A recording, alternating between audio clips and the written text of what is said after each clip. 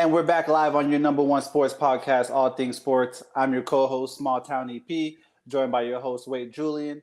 In a week where LeBron kills trade rumors and Bill Belichick takes out a full-page ad in the Boston Globe, ATS is back to give you the real in sports. Super Bowl week is finally here, a week that for many of us is excitement-ridden, anxiety-ridden, and for some of you, if you're lucky, maybe dream-fulfilling. Both June and I have felt both the agony and the spoils of this week. June, what do you remember from the week that Peyton Manning won his first Super Bowl back in 07? It was raining.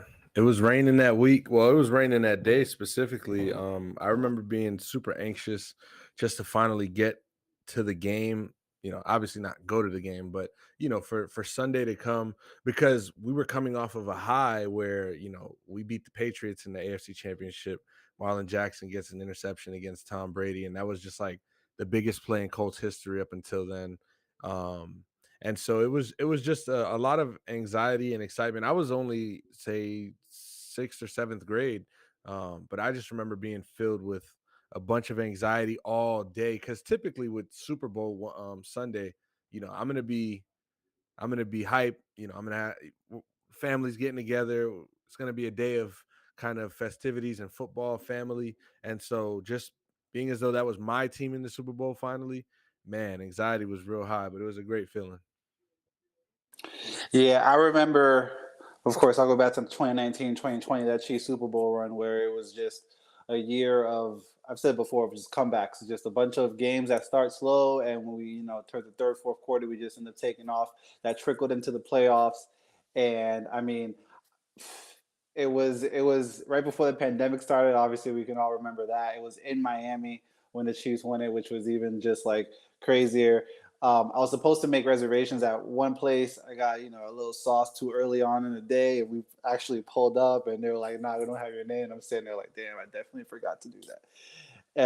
And I ended up at Chili's actually. Um, Went from reservations to Chili's. That's at Chili's. Hey, it's Super Bowl. You gotta make reservations for everywhere. And put this in context. I think we were going to like Duffy's or something like that. So it was like you gotta do your due diligence. I definitely did not. But I remember the game, and once again went down. In the second quarter, there was a two double digit. 49ers had a double digit lead going into the fourth quarter, and Dame Will and Patrick Mahomes and company pulled it off. I do remember that. And I cried that night, man. This is my first Super Bowl. I cried walking out of Chili's. Like, I shed real deal I'm tears, not man. mad at it. Real deal tears. What about 3 years later, man, when you guys, made it back to the big day and didn't, like I said, the agony, we talked about the spoils. What was that week of the Super Bowl where you guys didn't come out victorious? Like, You cried when you won. I didn't cry when we won. It was such a great time. You know, the I don't know. I didn't. I wasn't. I was filled with joy. Excuse me, with joy, and it was a feeling of like such elation.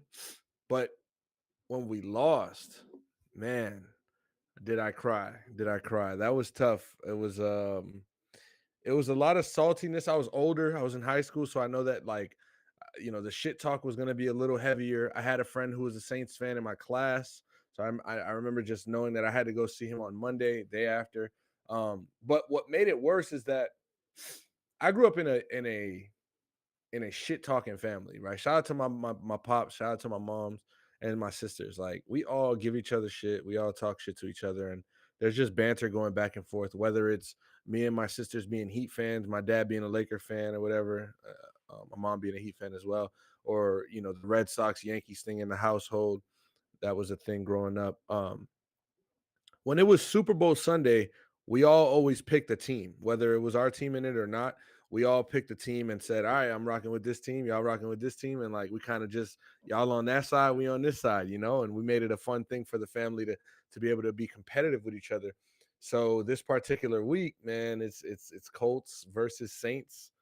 This is Drew Brees versus Peyton Manning. Peyton Manning trying to get to his second Super Bowl, win his second Super Bowl, and Drew Brees trying to win his first. And when I tell you my whole family chose the Saints, and let me, cheer for my team by myself. It was a long day. I mean, it was a good game. Don't get me wrong. The game wasn't a blowout. It wasn't anything like that. However, when we threw that pick six to Tracy Porter, I already knew, this. All right, this is over. This is the starting of the finish here. And so, getting toward the end of the game, we had balloons in the house, Saints balloons, Colts balloons.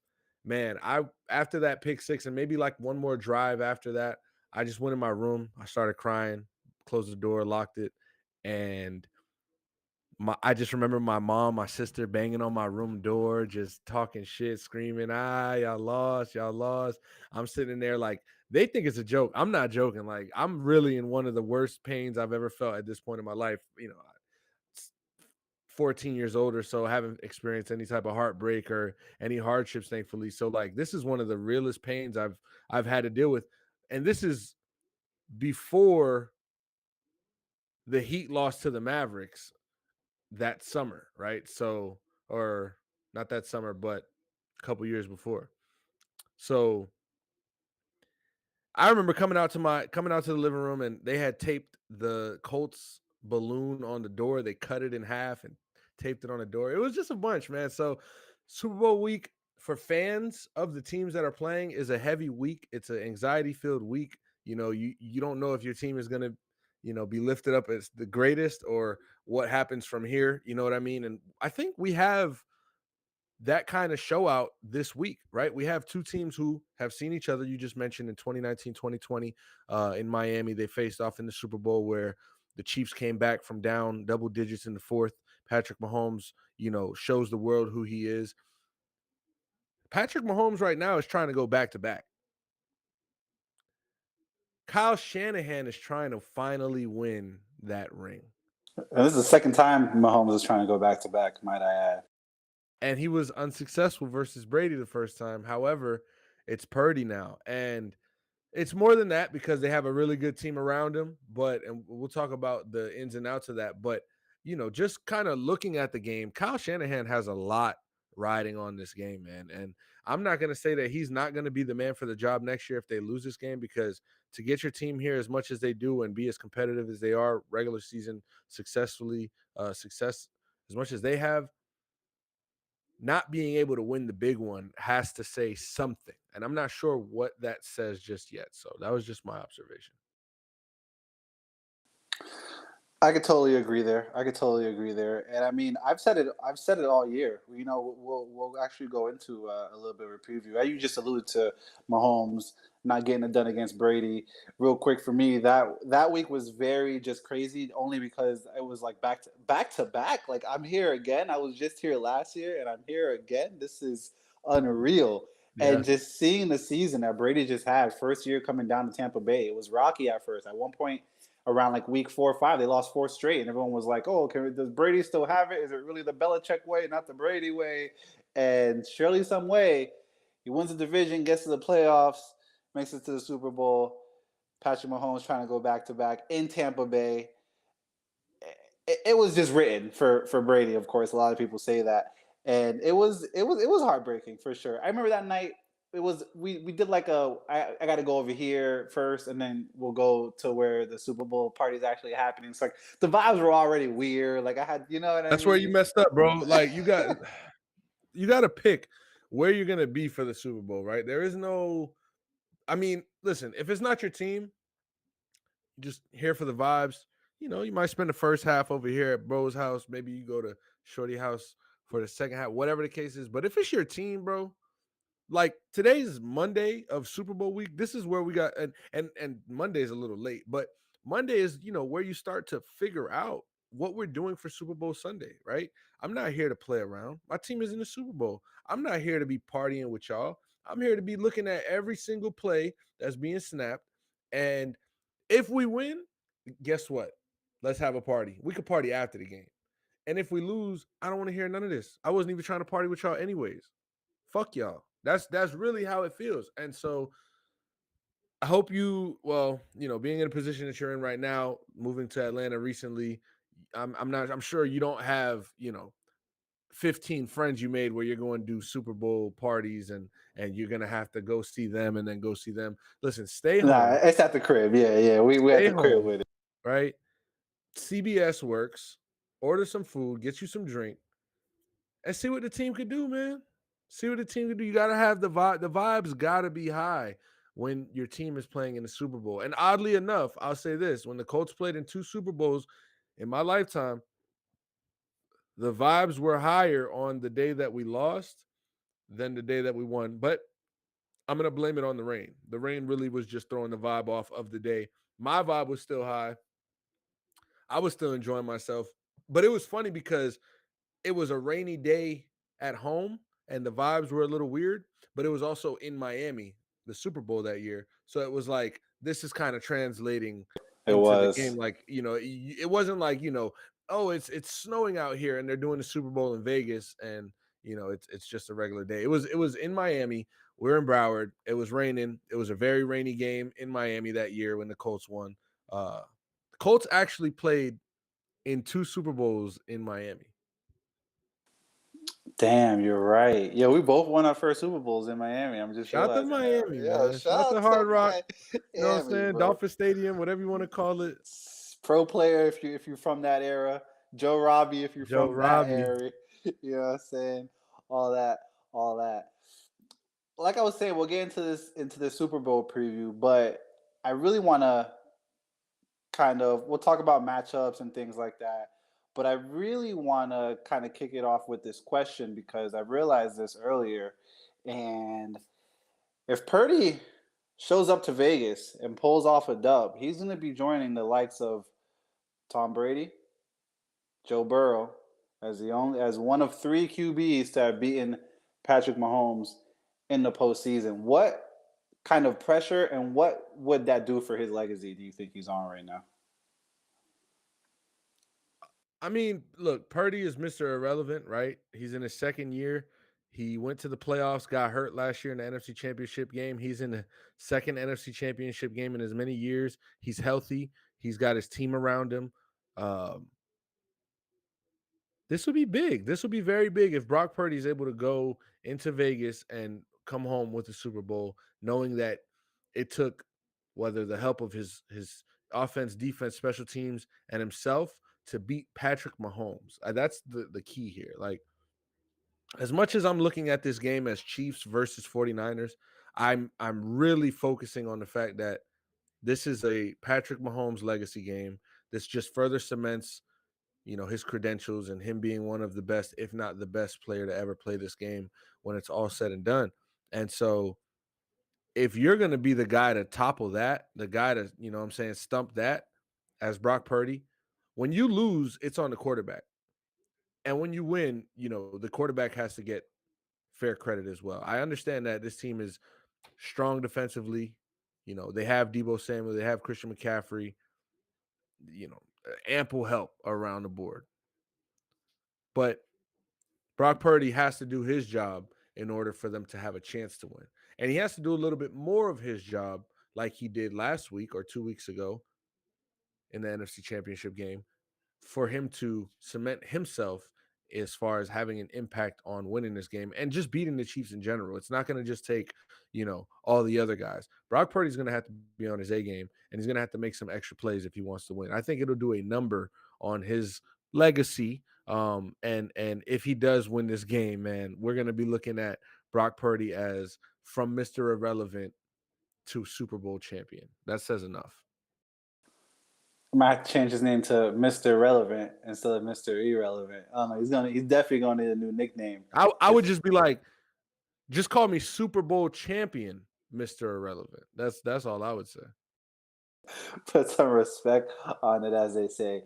Do the Chiefs need this Super Bowl to be considered a legitimate dynasty at this point? It would be 3 in 5 years. Or is the dynasty already in effect right now, June? I would like to think the dynasty is in effect right now because I do think the Chiefs are going to win this game. But to solidify them being a dynasty, I do think they have to win another one. I mean, I'm just looking back as far as the Patriots being a dynasty. You look at the Warriors. The Warriors are one of the more recent dynasties in pro sports, and they've got three. Patrick Mahomes got two, and 3 in 5 years says a lot more than 2 in 5 years. And so to be able to have the opportunity to go and play in that game 3 out of 5 times, that's great. But when we're talking about dynasty, like that word dynasty isn't a word that we throw around. It's not a word that we use for every other team here or there. Dynasties earn their right to be called dynasties. And I think that Andy Reid and Patrick Mahomes understand that. And so, yes, to answer, they do have to win this game here and win their third Super Bowl in 5 years so that we can say the Chiefs Kingdom, this is a dynasty. 2019 to 2024 will never be forgotten. And not to say that they'll be forgotten if they lose this game, it's just not going to hit the same. And I hope we understand that. 1,000%, 1,000%. And this defense that the Chiefs are sporting this time around, best defense. We talk about best defense that we've seen since the Patrick Mahomes, Andy Reid era has begun. 2018, 2019. This is the best defense that I've had, that the Chiefs have had, that I've seen. Better than the offense, which is very interesting and very kind of polar to say with how the Chiefs have performed in these past couple of years. I mean, it was at first we saw Patrick Mahomes lighting up the sky with Tyreek Hill and the likes of Travis Kelce, Mecole Hardman, and now the offense struggled in the season, picked it up, towards the end. Definitely did a complete 180 from the beginning of the season, or about a quarter away into the season. And once the playoffs hit, it's like they just kicked it into a different gear. How big of a role is that going to play for the Chiefs to hopefully run this back to back? The defense showing up, because I mean, I guess the receivers have decided to start catching balls at this point. So how big of a role is the Chiefs defense, and I mean the defensive battle in general, because that Niners defense isn't anything to laugh at either.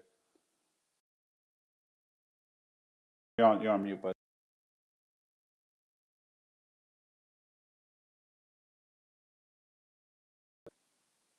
you're still on mute. Listen, I apologize. I was just trying to take a moment to acknowledge the chat. I thought you acknowledged me when I said that, and I didn't hear you say that I was still on mute. So I just wanted to say shout out to Ray, shout out to Sal, shout out to Christian, shout out to Jason, all in the chat getting it popping. Sal said he needs some of that buffalo chicken dip at the party. Shout out to Benzo for that. Facts. Buffalo chicken dip. And shout out to Sal's stepdad for that steak he put on the And grill. the burgers, the sliders, yo. What? Crazy. That's one thing. Hey, we'll get to that. 2021 Super Bowl party at Sal's crib was a night. The food was better than the game, no cap. And if you know, you know. Antoine and I, if you know, you know. Shout out to Ant. We ended up in North Miami. It's 5 a.m. But back to your question, as far as the defense, man, the Chiefs defense brought them here. This is the reason they're here. Obviously, Patrick Mahomes and Andy Reid, what they've been able to do later on in the season and in the playoffs, and but all season the formula has been play really good defense and give Patrick Mahomes an opportunity, and that's exactly what they did, even down to the AFC Championship, where the Bills go and kick a field goal that they missed. Tyler Bass, they could have kicked that field goal and went up and took the lead in that game, but it was about the defense giving the Chiefs the opportunity to come back and get another shot, put the ball back in Patrick Mahomes' hand. They didn't let Josh Allen run out the clock of the fourth quarter and kick a game-winning field goal, or what would have been a game-winning field goal. They were like, all right, you know what? Ben, don't break. We didn't break. Patrick Mahomes, you got over a minute left if he makes this field goal. So it's going to be everything, man. And the defense is no fluke. They're no slouch. This isn't but they got McCaffrey. They got Debo. Listen, this is what the Kansas City Chiefs defense is ready for. This is what they prepared for all season, to come back to the Super Bowl.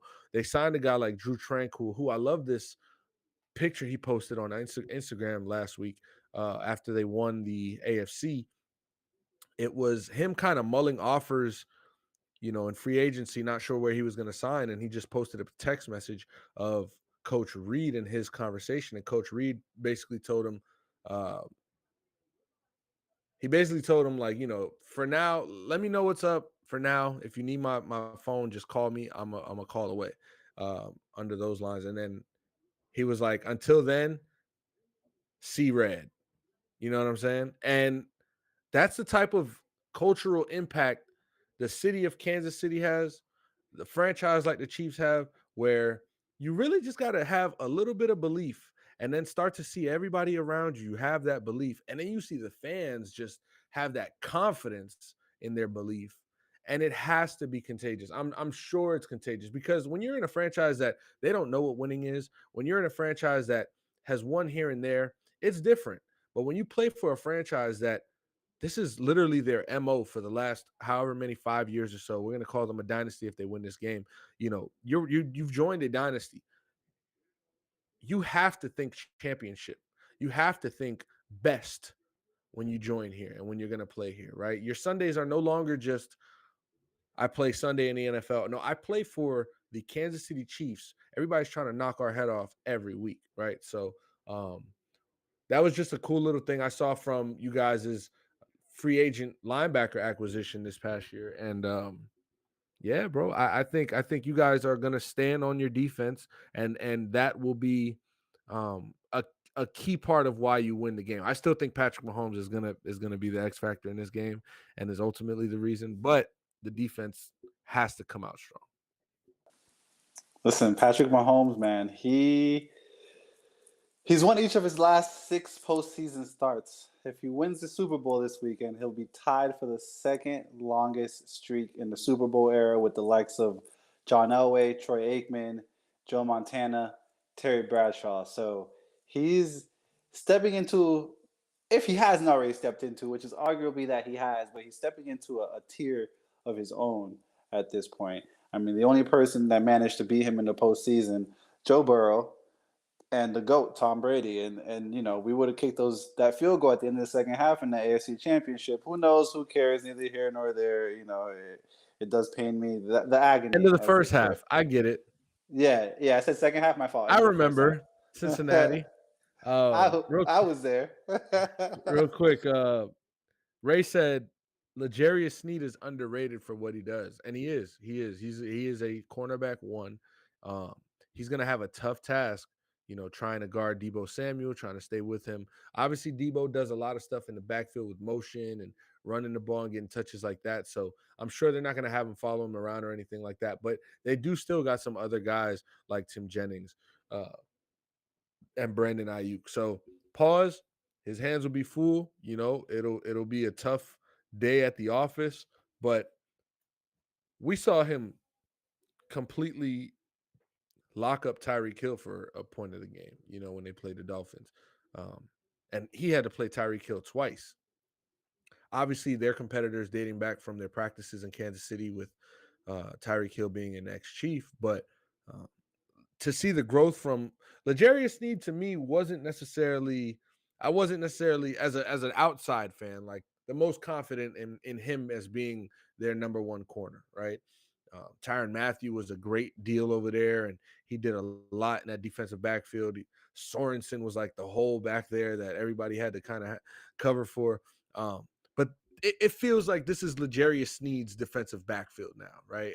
And he's having his way on certain guys. And we saw the clip where he was bullying Tyreek Hill, and Tyreek Hill went to Twitter and told him, like, yeah, that was him. You know, he did his job. And so to see Jam the me into growth, Cancun, he said. yeah, to see the growth, man, is definitely good news for the Chiefs there. If that 1920 Niners team had that man by the name of Christian McCaffrey, you think that I turns think out if they had differently? Brock Purdy, they might have won that game, but go off. Yo, I don't want to say hate Jimmy Garoppolo, but Yeah, I do. But they definitely would have won if they had Christian McCaffrey. I mean, come on. and that's really the person that I'm hoping that Andy Reid is game planning for the most. But at the same time, you can't over game plan for CMC and then not game plan for Debo. Over game plan for Debo, not game plan for Yeah. CMC. Hey, And then listen. you can't overlook Brock Purdy. You can't overlook Warner on the defense. You just can't. Boza on the defensive line. You just can't. There's one guy who can help this the most. He's one guy. He's only one man. And God made him so goddamn huge for a reason. And he plays nose tackle, and it's Chris Jones. And if anybody's going to be a threat to this 49ers offensive attack, it starts on the, front center. Christian McCaffrey and that line has to get pushed back. Chris Jones, you made that however many $1 million this year after sitting out however many games you sat out to start the season because I'm Chris Jones. Y'all need me, right? And the Chiefs was like, we'll see. Keep sitting in the press box. Keep sitting in the press box. All right. And the Chiefs saw, okay, you know what?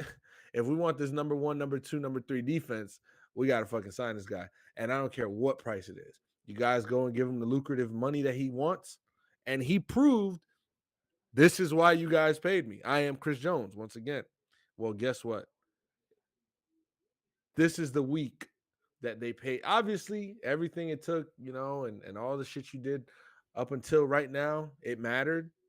But nothing matters more than right now. And this is literally Chris Jones, literally the reason the Kansas City Chiefs said, you know what, the X dollar that you want, this dollar amount that you want, and we're going to close our eyes and write it on a check. It's because right now we knew we'd get back here and we know how much we're going to need you. So I'm not saying, please, Chris Jones. No. That's Chris Jones' job. That's who he is. He is a game wrecker.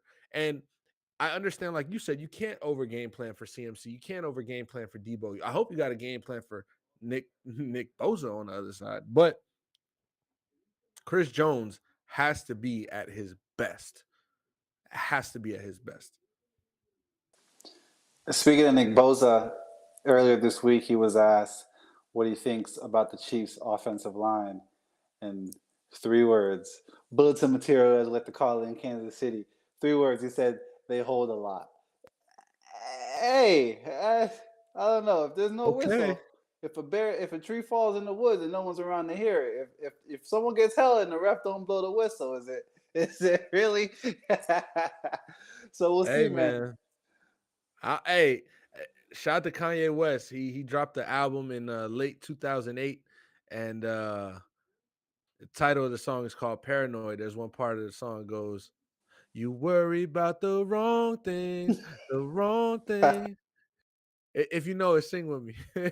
Nah, but it's like, yeah, I mean, that's to me kind of mind games. It's talking shit a little bit. You're letting the opponent know, like, if y'all ain't hold as much as y'all did, y'all probably wouldn't be as good. But at the same time, it kind of shows me a little bit of maybe mental weakness there. Like, listen, you got to focus on what you can focus on, bro. Focus on what you can fix, right? You can't fix the fact that the refs don't call holding. Just be as great as you can and make them hold you and make it obvious. That's what you can do. So probably a little bit gamesmanship, but I'm never going to be the type. Again, remember, I started this podcast saying that I grew up in a household of shit talkers, right? By nature, whether it's about football, whether it's about who cooks better, whatever the case is, we talking shit. And it's all friendly. But one thing I've never been a fan of, and like seeing on Twitter, and like last year, the Heat and the Knicks, we were talking shit to each other. And after every game, I'm going to hear a Knicks fan after every Heat win, oh, those refs, man. Listen, those refs, listen. Refs are horrible. Listen, the refs suck. We've been talking about this since All the beginning of year. football season. We've talked about it since October when basketball season started. And we talked about it probably 2 weeks ago or last week when this Max Strus got kicked out of the game or a technical foul for handing the ball to the ref a little too strong. The refs are gonna suck. Let's not talk about it. That's my thing. I ain't never want to be the guy to talk about shit that don't have nothing. You can't control the refs, bro. Even in the Duke North Carolina game 2 nights ago, there was like 49 seconds left in the game, and the ref, has to make a call. He walks over to the announcer table. He literally says, "I'm gonna get booed bad for this one, but here's the call." It's like, whoa, That's great, bro. It wasn't great for us Duke fans, but we'll get them back at Cameron Indoor in a couple weeks. Don't worry. We'll see you again soon. Do you got any other Super Bowl preview topics that you want to get through before we go into a little more NFL talk? Bieniemy out as OC in Washington, things like that. Um, let's talk about let's kind of go into let's talk about like history of the Super Bowl. And by the way, Ray, I love you, brother. You know, you like family to me. Let's just be nice in the chat. You know what I'm saying? Be a little more respectful. Appreciate you. Um, let's talk about maybe the best play you've ever seen in Super Bowl history. EP. I'll answer with mine after. But we'll talk about the best play you've ever seen, and then we'll get into mine, and then the worst play, and then we'll get into mine. Contrary to popular belief, a lot of people probably think I'm going to go with something that happened in one of the Chiefs Super Bowls, but I'm not. I could, but I'm not. I'm actually going to go with, and I actually referenced this in the pre-show with you. I'm going to your Super Bowl that you won. Wow, don't do that. The Don't do Devin that. Hester kickoff return to open the game is probably has to be one of the most exciting moments because I was a Devin Hester fan. Like I was, Yeah. Dante. Who wasn't? The kick returning game in the early to mid 2000s was just it. Like the special teams was it. It was if you had a popping special team, they was fucking with you, no cap. And just seeing Devin Hester come out of Miami, of course, I being a Canes fan, and to watch him play in the Super Bowl and return the opening kickoff to the highs, that's probably It best was Super like Bowl. you knew it was coming. I'm not gonna lie. Yo, We knew it was coming, and I had a feeling I'm sitting there as a Colts fan. Mind you, I'm a Hurricanes fan. Devin Hester is the era I grew up in.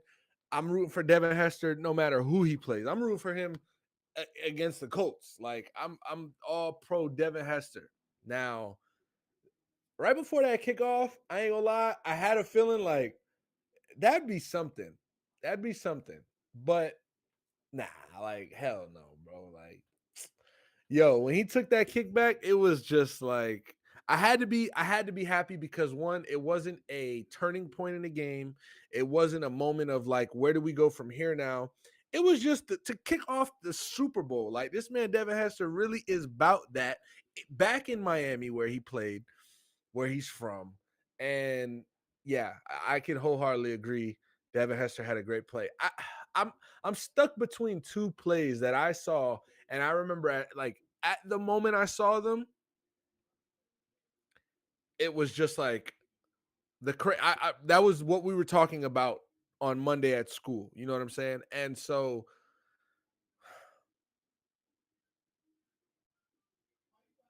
I'm gonna go with David Tyree helmet catch.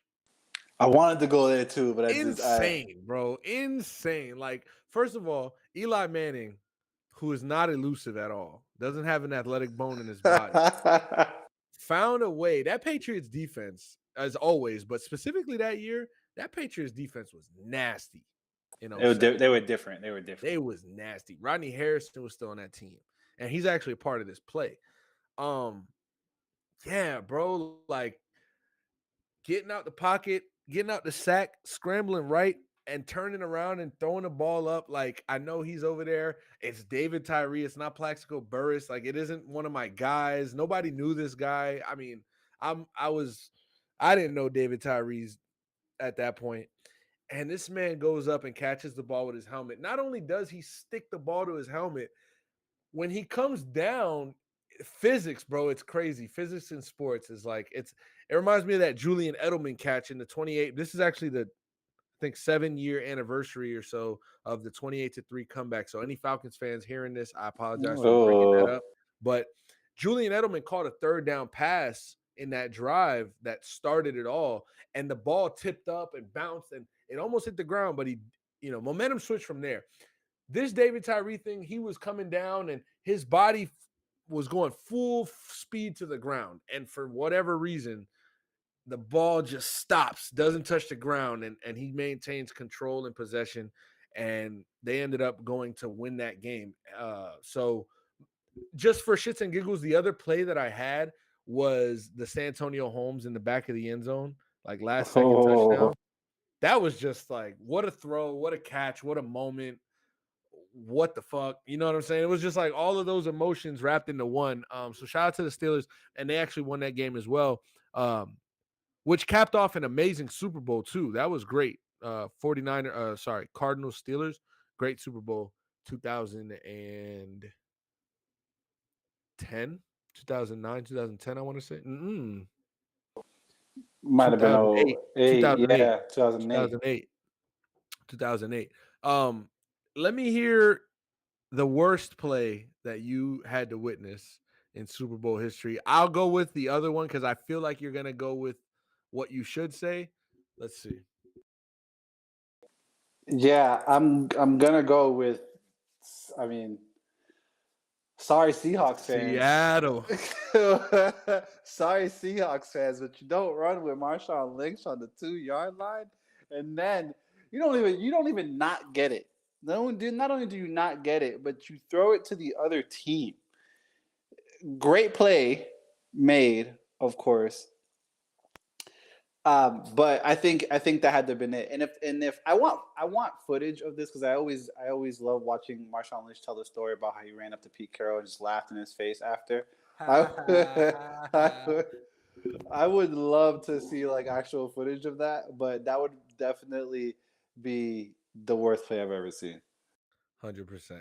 And it's crazy because Richard Sherman, there's a gif that came from all of this and his face of just disgust. And it's like, no, when you put yourself in his shoes right there, that has to be probably top 3 worst feelings he's felt in his life. That we're making a gif of, we'll send it to like a chick to be funny or like your homie to respond to. And it's like he sees that gif floating around, and I'm sure he's like, if only you motherfuckers knew how disgusted I felt at the moment. It was nothing he could do. He's on the sidelines playing defense. It's all up to the offense and the coaches. And you're on the 2-yard line with the timeout. You don't run the ball. You have Marshawn Beast Mode Lynch. And that's why the Seattle Seahawks lasted as long as they did. And credit to Malcolm Butler, man, because I mean the play that he made to be able to jump on that route and not give up. Yeah, a lot of people would. Because they could have. You could like at that point, obviously. I'm sure their eyes lit up when they were like, wait, they're throwing the ball? Hold on. Like, hold on. But it's easy to feel deflated in that moment. It's easy to feel like we don't have enough. Fuck. Like he played until the last moment and opportunity. And that paid off big because he, his name blew up. He didn't have, Malcolm Butler's not a premier corner in this league.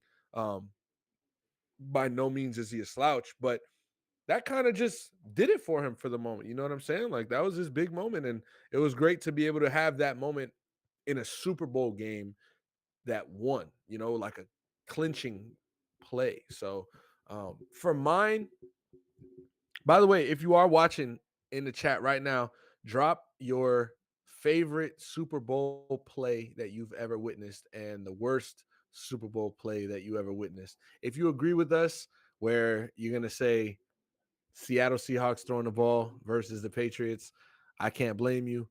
I do want to hear, some more of the positive side of things.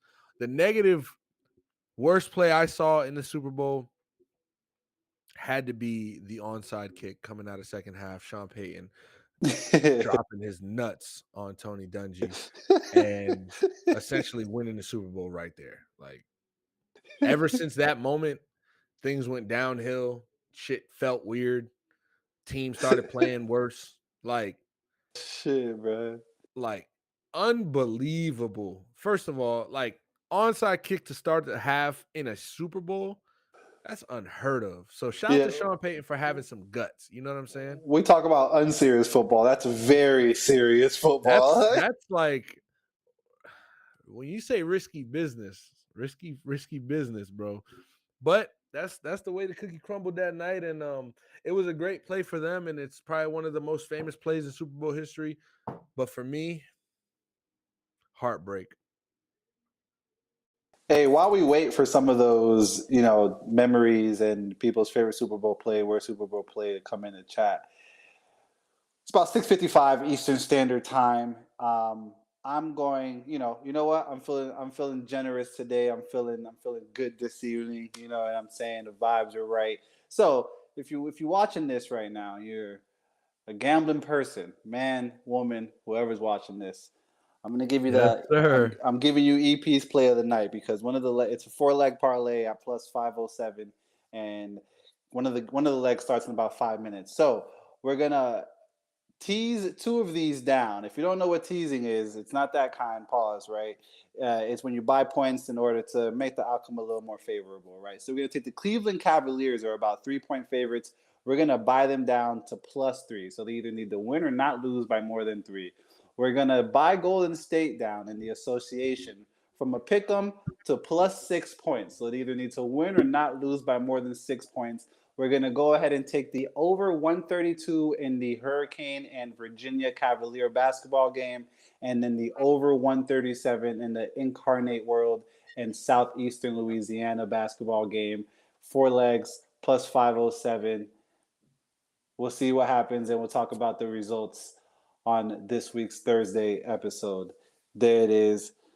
Shout out to Ant in the chat right now saying he loves the layout. We love it too. Shout out to Lou, hooking us up. Man, appreciate you. My cousin Lou, man, he do his big thing. We still got some minor tweaks. We'll see changes on Thursday's episode. Me and EP will have a talk and we'll get to that. But yeah, bro, this is the All Things Sports podcast. This is what it looks like. Get used to it. You're gonna see our faces, you know what I'm saying, multiple times a week on this same very format. Hopefully, we get to bring some of you guys on here and you guys can join us as guests. We got a couple more slots available. So we just appreciate the love there. And E, if you are being as generous as you say, I'm going to challenge you here. Maybe try to, you got a couple minutes, but maybe try to put those locks on the screen. Can they see the locks? Maybe they missed it. It was quick. It was. You know what? I'll go through it again. I don't know if I can put it on the There you screen, but go. There you go. Give I'll, them the I'll, locks one more I'll time. You know go what I'm through saying? it again. Caller number 9, slow down. It's like leaving a voicemail. You got to like, all right, call me back at 987-986-2627, 987-976-2627. There you go. So real quick, because we got 3 minutes into game time for this Cleveland game. You're going to buy Cleveland Cavaliers down to +3, Golden State Warriors down to +6. You'll take the over 132 in the Miami Hurricane and Virginia Cavalier college basketball game, and the over 137 in the Southeastern Louisiana college basketball game. Again, that's 4 legs plus 507. I'm not gonna lie. Hey, EP talking about I'm in a good mood. I'm happy. I'll give you some locks. It took the fucking Kansas City Chiefs to get back to the Super Bowl for him to give you guys some locks. Let's hope something else good happens with his favorite team. He don't got a favorite basketball team. Don't look too far. But if Duke starts balling out, coming, in the ACC tournament, y'all might get some more picks that evening. Oh man, do we have? Let me check the chat real quick.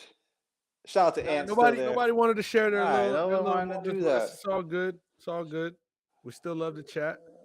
So earlier this week, there was a rumor that Cliff Kingsbury was headed over to Las Vegas. He was like, you know what? I'm not doing that. I'm straight off that. Essentially, he withdrew his name from being in that little hat of candidates, and he ends up as the offensive coordinator in Washington. Dan Quinn recently gets a job, brings over Cliff Kingsbury, and now we have Cliff Kingsbury as an OC in Washington. And then we get young Caleb Williams, prospective, top 2 draft pick this year, congratulating his former offensive analyst. He already said he doesn't want to go to Chicago, and we still got Justin Fields in Chicago. Is Caleb Williams? Would Caleb Williams fit in Washington? Is that a good place? And is Chicago not going to pick him? Do you think Chicago's going to keep Justin Fields at this point, because they have to do something by the combine, I would assume, because a lot of people are going to start deciding where they're going. We're going to see by that point, I would assume, maybe Russell Wilson has a job, maybe some other people have jobs. So they gotta get the ball rolling on this, whether they're going to move Justin Fields and draft Caleb, or keep Justin Fields and draft Caleb, which is kind of wild, or just move on from the whole Caleb Williams idea as a whole.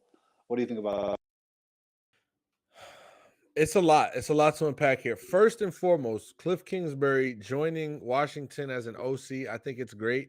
He's under Dan Quinn. He doesn't have to, have that head coaching job as we saw him have some success and then struggle mightily in Arizona. I don't think he's a bad coach at all. A lot of the players talk very highly about him, his preparation, and what he's able to do to get the team ready. But I think OC is where he belongs. And listen, as far as the job in Las Vegas, I'm not sure what is going on with the Vegas Raiders. He had agreed in principle to, coach as the OC in Vegas and then turned around and said, no, thank you. I'll go to Washington. And supposedly, according to Adam Schefter, it was a financial thing. The Raiders weren't willing to give him 3 years and the money he wanted. They were only willing to give him 2 years and the money he wanted. And the Commanders were willing to give him 3 years and say goodbye to Eric Bieniemy. So this weekend was Cliff Kingsbury's joining the Raiders. Oh, no, he's not. He's actually going to sign with the Commanders and join Dan Quinn's staff. And so it looks like they're building something nice out there in Washington. Do Caleb Williams fit? Is a funny question to me, and it's no disrespect. I respect the question, but like I think anybody that needs a quarterback, Caleb Williams fits. You know what I'm saying? Like this is one of the most highly touted guys coming out of the draft since like an Andrew Luck or a Cam Newton, uh, Trevor Lawrence hype. You know what I'm saying? And the Bears have an opportunity to do something great here. They can draft their future quarterback for the next 10 years. They can trade out and show that they do believe in Justin Fields and what he's been able to do. Either way, the Bears are going to win in the regard of we're going to come up because you're either coming up this number one prospect who can really, really help a franchise, hopefully, or you're going to get draft capital for the team that wants to trade up and draft Caleb Williams. Now, if I'm the Bears, I'm drafting a quarterback. I'm not going to lie. I'm drafting a quarterback and I'm trading Justin Fields. I've seen enough. As far as arm talent, Justin Fields is smart. Justin Fields understands the game. He knows the offense. He can run. We obviously see how special he is as an athlete. But is he the guy that's, mind you, we got the New York Sirens in the background. Shout out to the Let's city I go. love. Let me bring y'all into my world. But man, Caleb Williams, you tell him you have the opportunity to sign one of the highest looked at prospects in draft history right now, and you're going to play with that, knowing that this franchise has had a drought of quarterbacks forever, never had a franchise guy. Justin Fields being the number one guy in forever, however long it's been. Justin Fields might not be the answer. And I'm not saying he's not, but to think that in his fourth year, he might not, I think you're playing with fire a little bit because say he does ball out this year. Justin Fields balls out, right? Has a great year. Second in the division, they finish. They go to the wild card, Bears. You got to pay Justin Fields. And Justin Fields isn't going to ask for third round pick money. Justin Fields is going to ask for first round pick money. I just won a playoff, or I just got to the playoffs. Don't let them win a playoff game. Add that to his resume because now you're going to be looking at a New York Giants Daniel Jones situation. Look at them now, I bet they wish they didn't spend that 40 something million on their quarterback. They did.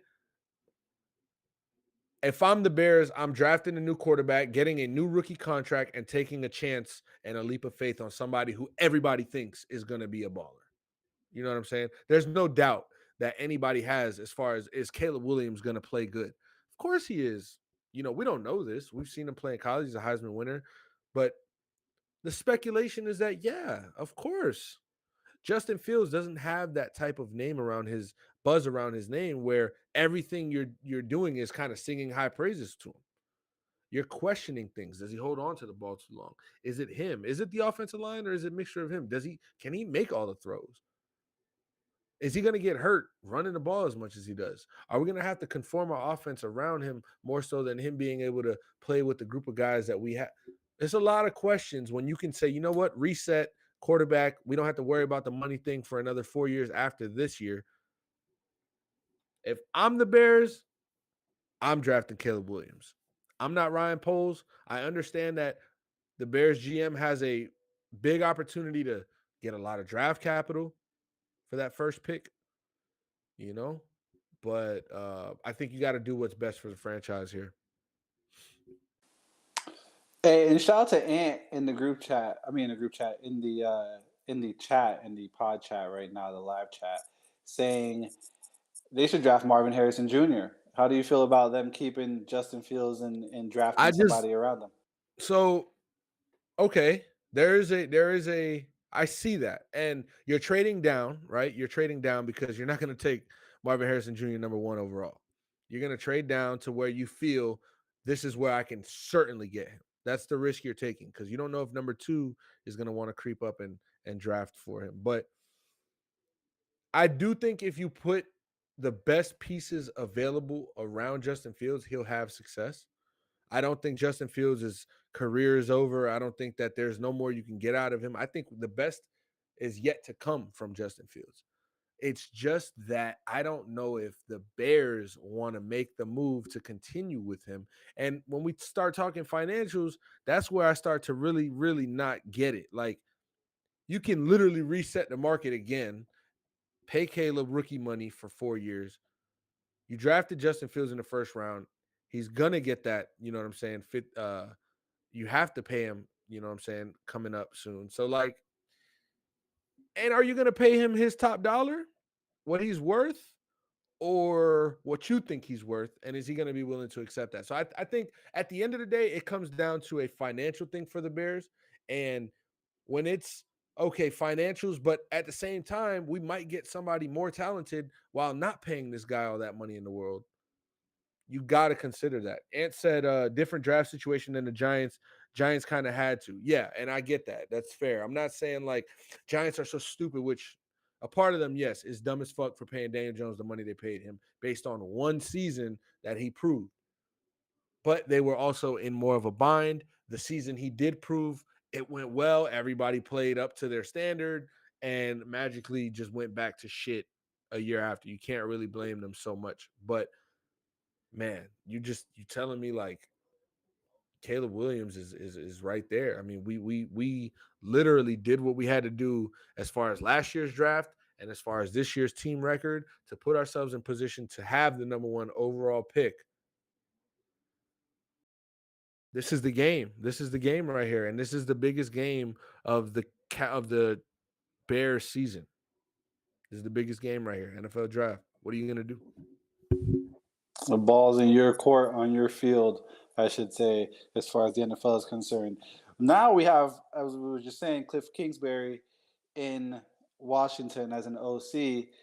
Washington didn't really announce that they were letting go, parting ways with Eric Bieniemy. They just kind of hired somebody else for his job. You know, it was kind Hey, of sudden. look, that's how it works when you got a new staff member. It's like, look, this ain't Ron Rivera's stomping grounds. All right, I'm Dan Quinn. I'm gonna hire an OC. They told me you was an OC. Listen, I don't know. They told me This it's is my crazy. OC. Boss, you gonna let them know? I'm Cliff. This is my guy. I don't know about them other guys. That's how that works. Nasty work, nasty work. What do you think is next for Bieniemy? Does he go back to Kansas Hey, City, hey. or because I'm not listen, I gonna lie. mean, I'm not gonna act like I put too much thought about this, especially that this report came out yesterday or today, and Bieniemy. I wasn't sure what was gonna happen, if he was gonna move into a different role in the offense, or if they were gonna relieve him. Obviously, they are gonna relieve him now that we learned that a few hours ago. First thought is like, shit. Go see if Kansas City's still hiring. Like, if they win, it's a dynasty, right? We just said that it's a dynasty. You can go back and continue with. We will forget about that one little year you had in Washington. Ain't nobody tripping off that. You had Ron Rivera, you had Sam Howell. He led the league in passing yards. You know what I'm saying? Like, Facts. Go back fucking with Patrick Mahomes them.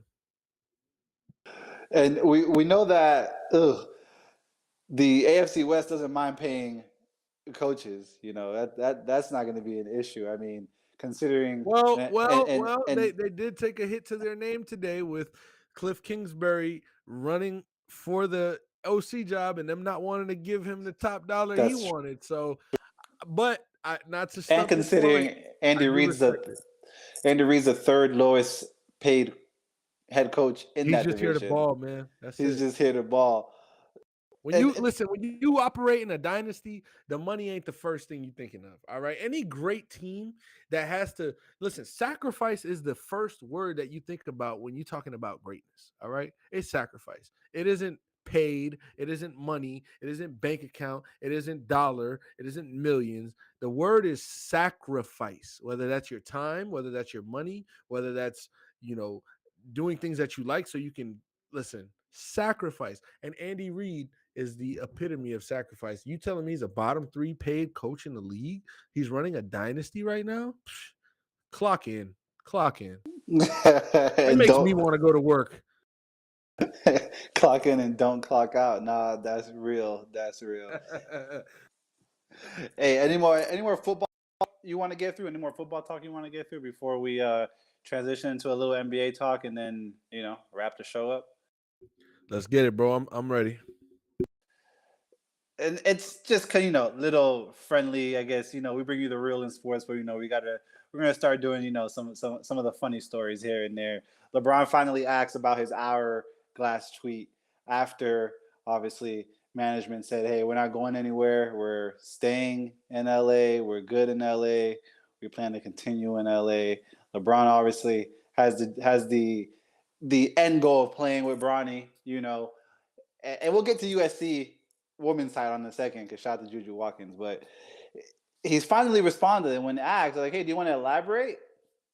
The most Bill Belichick-esque answer: "No, I Nope. don't." Hey, Braun is gonna be the most vibrant person to speak to, or the most Bill Belichick guy to talk to, and I guess it just depends on the mood for his day. EP, do me a favor if you can, if it's not too much to ask.